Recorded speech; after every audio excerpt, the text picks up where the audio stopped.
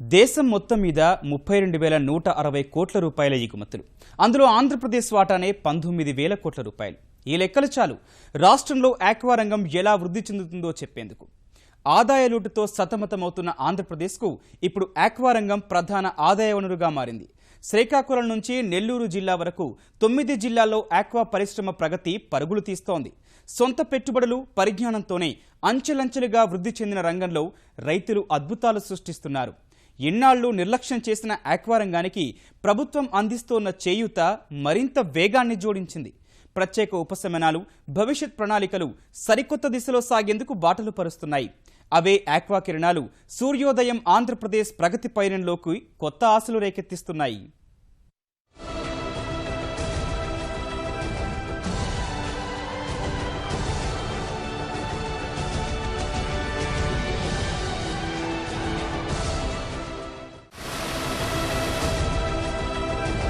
కాసులు కురిపిస్తున్న ఆక్వా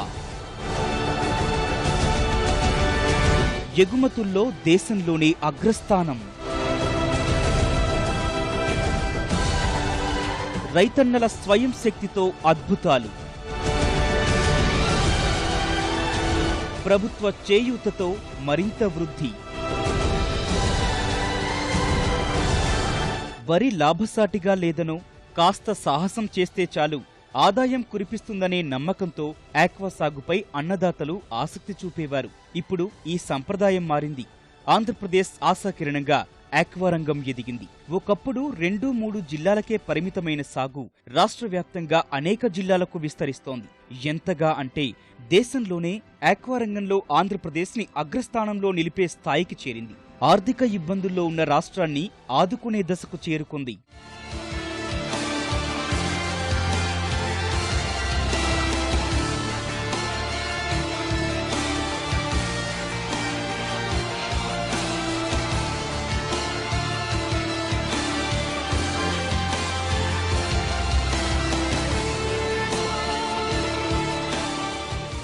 గణాంకాలు పరిశీలిస్తే దేశవ్యాప్తంగా ఆక్వా ఎగుమతుల్లో ఏపీ అగ్రపథంలో దూసుకెళ్తోంది.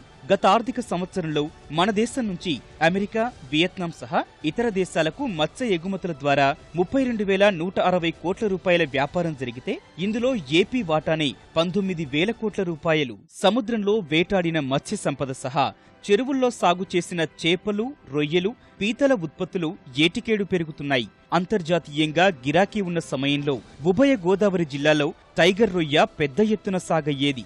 కానీ వైరస్ దెబ్బతో ఏకంగా ఈ రొయ్య సాగే కనుమరుగైంది. ఈ స్థానం ఇప్పుడు వనామీ రకం భర్తీ చేస్తోంది. నెల్లూరు జిల్లాలో ప్రారంభమైన సాగు అంచెలంచెలుగా కృష్ణా, ఉభయ గోదావరి జిల్లాలకు విస్తరించింది. ప్రస్తుతానికి వనామీ రొయ్య రాజ్యమేలుతోంది. వైరస్ ను తట్టుకునే శక్తి, కౌంటు బాగా రావటం, అంతర్జాతీయ విపణిలో డిమాండ్తో వనామీ సాగుకు రైతులు ఆసక్తి కనబరుస్తున్నారు. నెక్స్ట్ లెవెల్ ఆఫ్ ప్రొడక్ట్స్ ఉన్నాయి. షూషి అని, నొబాషి అని, తర్వాత కుక్డ్ అండ్ పీల్ ప్రొడక్ట్స్ అని చెప్పి చాలా end products, super market end products కూడా ఇప్పుడు ఇండియా నెక్స్ట్ అదే స్టేజ్లో అందరూ ఇన్ఫ్రాస్ట్రక్చర్ ప్లాన్ చేస్తున్నాము. ఎందుకంటే ఇప్పుడు వరకు చేసిన ప్రొడక్ట్స్ కాకుండా నెక్స్ట్ లెవెల్కి వెళ్తే కానీ మనకి ఇండియాకి గ్రోత్ ఉండదు. మనం సరిపడ వాల్యూమ్స్ చేయాలంటే మన ప్రోడక్ట్ కేటగిరీని కూడా స్ప్రెడ్ చేయాల్సి వస్తుంది. సో దాని ద్వారా కూడా అందరి ఇన్ఫ్రాస్ట్రక్చర్ ఎన్ని కోట్లైనా కూడా ఎక్స్పోర్టర్స్ అందరూ కూడా ఇన్వెస్ట్ చేస్తున్నారు. ఎందుకంటే క్రాప్ బాగుంటుందనే ఉద్దేశం. చాలా కల్చర్ ఏరియా కూడా బాగా పెరిగింది. కాబట్టి మన సరిపడ ఇన్ఫ్రాస్ట్రక్చర్ లేకపోతే రైతుకి అంత ఇబ్బంది. కాబట్టి ఎక్స్పోర్టర్స్ కూడా సమానంగా చెరువులు ఎలా పెరుగుతున్నాయి, ఎక్స్పోర్టర్స్ కూడా కెపాసిటీస్ అలా పెంచుకుంటున్నారు. కోల్డ్ స్టోర్ కెపాసిటీ పెంచుకుంటున్నారు. అనుకూల పరిస్థితులతో తూర్పుగోదావరి జిల్లాలో పీతల మార్కెట్ విస్తరించింది. చేపల విషయానికొస్తే అన్ని రకాల చేపల ఉత్పత్తిలో కోస్తా జిల్లాలు పోటీ పడుతున్నాయి. శీలావతి, బొచ్చె రకాలతో పాటు ఎగుమతి రకం పంగసీస్, రూప్చంద్, సముద్రపు జాతి పండుగప్ప వంటి రకాలను లక్షల ఎకరాల సాగుతో టన్నుల ఉత్పత్తి జరుగుతోంది. చేపల వ్యాపారంలో కొన్ని ఒడిదుడుకులు ఉన్నా మొత్తం మీద లాభసాటిగా ఉండటం వల్ల ఏడాదికి 2-3 సార్లు పట్టుబడి ఉండే విధంగా చూసుకుంటున్నారు. 9 జిల్లాల్లో అన్ని రకాల మత్స్య ఉత్పత్తులు గతేడాది 23.40 లక్షల టన్నుల మేర నమోదయ్యాయి. ఈ ఉత్పత్తి ఆర్థికంగా రైతుకు, ఈ రంగంపై ఆధారపడ్డ వారికి, ప్రభుత్వానికి ఎంత భరోసానిచ్చిందో నిదర్శనంగా నిలుస్తోంది.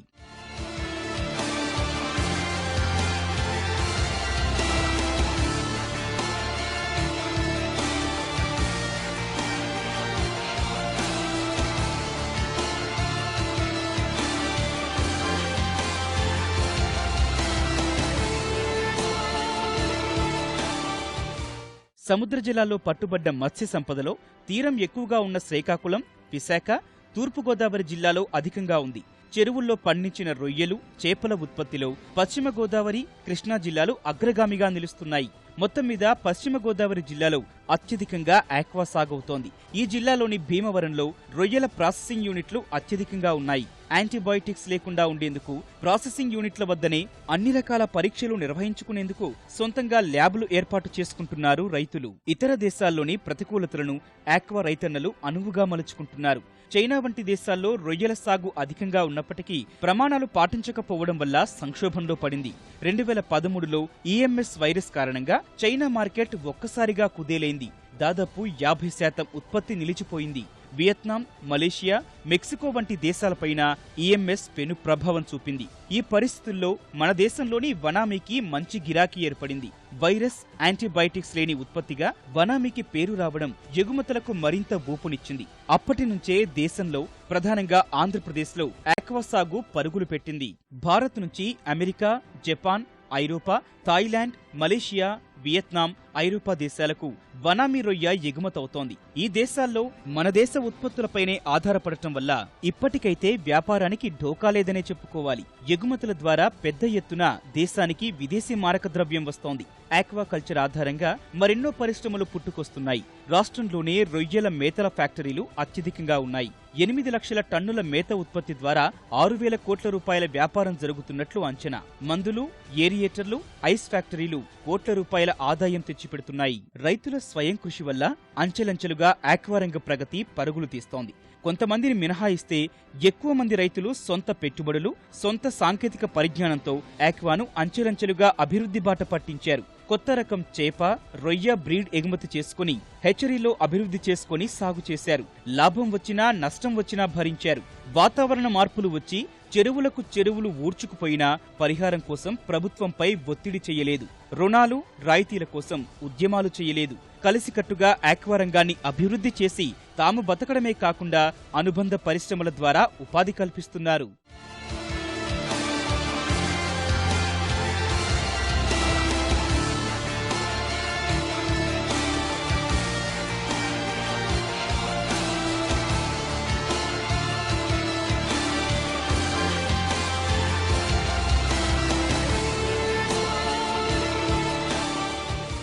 ఆక్వా కాసులు కురిపిస్తుండటం వల్ల ఈ రంగంపై ప్రభుత్వము ప్రత్యేక దృష్టి సారించింది. చేయూతనిస్తే మరింత వృద్ధి సాధిస్తుందని కీలక నిర్ణయాలు తీసుకుంది. ప్రస్తుతం ఉన్న 19,000 కోట్ల రూపాయల వ్యాపారాన్ని 2018-19 నాటికి 80,000 కోట్ల రూపాయలకు చేర్చాలని లక్ష్యంగా పెట్టుకుంది. 3 ఏళ్ల క్రితం వరకు ఆక్వా చెరువులకు ₹6 ఉన్న యూనిట్ ధరను ₹4.62 తగ్గించేసింది. ఇప్పుడు ₹3.75గా నిర్ధారించింది. గతంలో 7 గంటల విద్యుత్ సరఫరాను ప్రస్తుతం 3 ఫేజ్ ద్వారా 24 గంటలు చేసింది. నష్టాల నివారణకు ఈ చర్యలు ఎంతో తోడ్పాటునందించాయి. క్షేత్రస్థాయిలో ఆక్వా రైతుల సమస్యలు పరిష్కరించుకోవడానికి వ్యవస్థ లేదు. కేంద్ర ప్రభుత్వ సంస్థ సముద్ర ఉత్పత్తుల ఎగుమతి అభివృద్ధి సంస్థ ఎంపెడా ఉన్న సిబ్బంది కొరత వల్ల ఏ రకంగానూ ఉపయోగపడటం లేదు. ఈ సమస్యలు తీర్చేందుకు మత్స్యశాఖలో 300 మల్టీపర్పస్ ఎక్స్టెన్షన్ అసిస్టెంట్ పోస్టుల నియామకాలకు ప్రభుత్వం సిద్ధమైంది. కొత్తగా అధికార హోదా గల 118 కొత్త పోస్టులు మంజూరు చేసింది. రొయ్య రైతులకు నాణ్యమైన పిల్ల లభ్యత సమస్య తీర్చేందుకు చర్యలు చేపట్టింది. ఇప్పుడు చెన్నై కోస్టల్ ఆక్వాకల్చర్ అథారిటీ నుంచి మాత్రమే బ్రూడర్ తల్లిని స్క్రీనింగ్ చేసి హెచ్చరీలకు సరఫరా చేస్తారు. బ్రూడర్ సీడ్ చెన్నైలో ఉండటం వల్ల అవసరానికి పిల్లలు సరఫరా చేయలేని పరిస్థితి.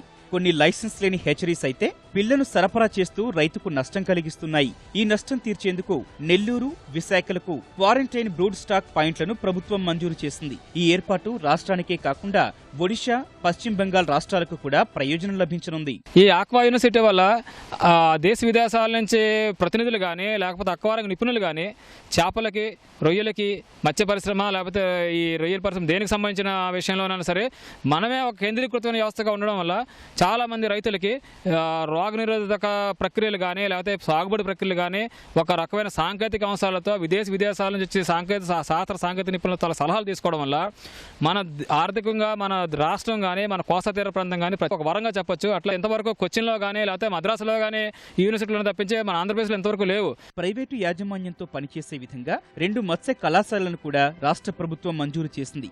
వెటర్నరీ యూనివర్సిటీ పర్యవేక్షణలో ఎంసెట్ ర్యాంకుల ఆధారంగా ఆక్వా నిపుణులను తయారు చేసేలా చర్యలు ప్రారంభించారు. చేపలు, రొయ్యల చెరువుల తవ్వకానికి గతంలో 1,00,000 నిబంధనలు, అనుమతులకు నెలల కొద్దీ సమయం పట్టేది. అనుమతులొస్తాయని ముందే తవ్వుకుంటే కేసులు, దిగువ సిబ్బంది ఒత్తిళ్లతో రైతులకు అనేక వ్యయప్రయాసలు తప్పేవి కావు. ఇప్పుడు దరఖాస్తు చేసుకున్న వెంటనే అనుమతివ్వాలని, అభ్యంతరాలు ఉంటే పరిష్కరించాలని జిల్లా యంత్రాంగానికి ప్రభుత్వం ఆదేశాలు జారీ చేసింది.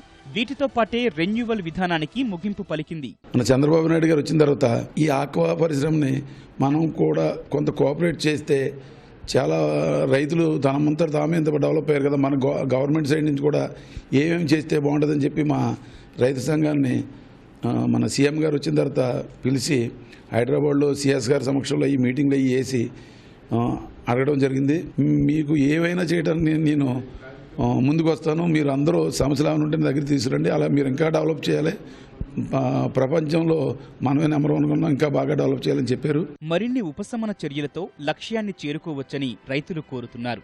గుజరాత్ వంటి రాష్ట్రాల్లో 50% రాయితీపై చేపల, రొయ్యల మేత పంపిణీ చేస్తున్నారని, తమకు కూడా ఈ విధానం అమలు చేయాలని విజ్ఞప్తి చేస్తున్నారు. చెరువులకు సింగిల్ విండో అనుమతులిచ్చి అనధికార హెచ్చరీస్పై నియంత్రణ పెంచి నాణ్యమైన విత్తనాలు సరఫరా చేయాలని డిమాండ్ చేస్తున్నారు. అత్యధిక ఆక్వా సాగు దృష్ట్యా కేజీ బేసిన్ ప్రాంతంలో ఆక్వా యూనివర్సిటీ ఏర్పాటు చేయాల్సి ఉంది. రొయ్యలు, చేపల సాగులో మెళకువలు, విచ్చలవిడి రసాయనాల వినియోగం, యాంటీబయాటిక్స్ నిషేధం వంటి విషయాల్లో ప్రభుత్వ పర్యవేక్షణ ఉంటే దేశీయ ఆక్వాకు మరింత ఖ్యాతి ఏర్పడే అవకాశం ఉంది. హైదరాబాద్లో జాతీయ మత్స్య అభివృద్ధి సంస్థ కార్యాలయాలన్నీ కోస్తా జిల్లాలకు మార్చడం, ఎంపెడా సేవలు విస్తృతపరచాల్సి ఉంది. రైతుల దగ్గరికే గవర్నమెంట్ వెళ్ళి అక్కడే స్పాట్లను రిజిస్ట్రేషన్ చేసే పద్ధతి తేవాలి. అలాగే ఉన్న చెరువులను కూడా అప్గ్రేడ్ చేయాలి.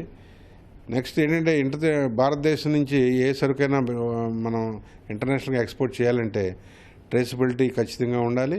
యాంటీబయాటిక్స్ పరంగా చూస్తే విదేశాల్లో ఎన్నో కంటైనర్ రిజెక్ట్ అవ్వడం కానీ ఇవన్నీ జరుగుతున్నాయి.